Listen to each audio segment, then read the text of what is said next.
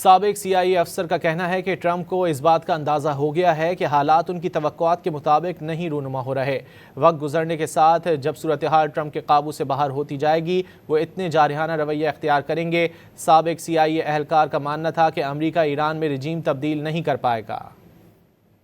Donald Trump realizes that it's very messy out there right now, and his rhetoric and his bravado is increasing as I think he gets more concerned that it's not going the way he had hoped.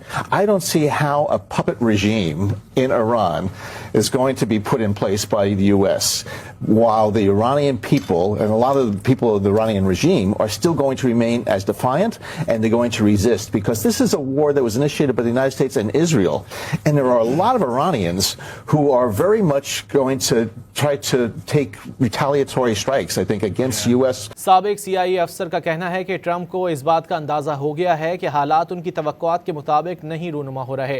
वक्त गुजरने के साथ जब सूरत हाल Trump के काबू से बाहर होती जाएगी, वो इतने जारहाना रवैया इख्तियार करेंगे।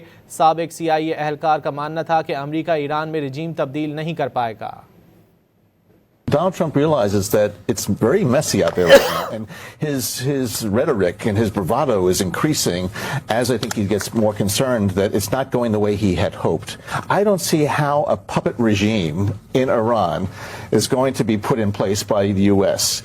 while the Iranian people and a lot of the people of the Iranian regime are still going to remain as defiant, and they're going to resist, because this is a war that was initiated by the United States and Israel, and there are a lot of Iranians who are very much going to try to take retaliatory strikes, I think, against U.S.